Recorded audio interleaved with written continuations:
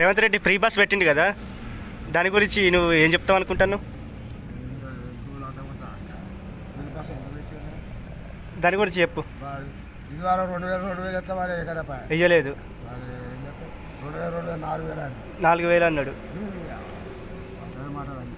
అన్నట్టి మాటలే. కేసీఆర్ అన్న సగం చేసిండు కానీ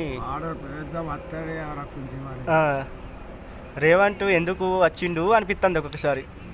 ఓటు వేయకుండా అయిపో అనిపిస్తుంది. కేసీఆరే మంచిగా చేసిండు. కేసీఆర్ తెలియని వాళ్ళు ఎవ్వరు లేరు, కానీ ఇప్పుడు ఎవరిని అడిగినా మన ముఖ్యమంత్రి ఇవ్వాలంటే కొత్త అయిన పేరు చెప్తలేరు. ఇప్పుడు నువ్వు చెప్పినట్టే అందరూ వేరే వేరే అంటారు. ఒకరు సుధాకర్ రెడ్డి అంటారు, ఒకరు దేవేందర్ రెడ్డి అంటారు. కొంతమంది కేసీఆర్ అంటే కేసీఆర్, ఇక అందరికీ ఎరికే కేసీఆర్ చిన్నప్పటి నుంచి. రేవంత్ రెడ్డి తెలియదు.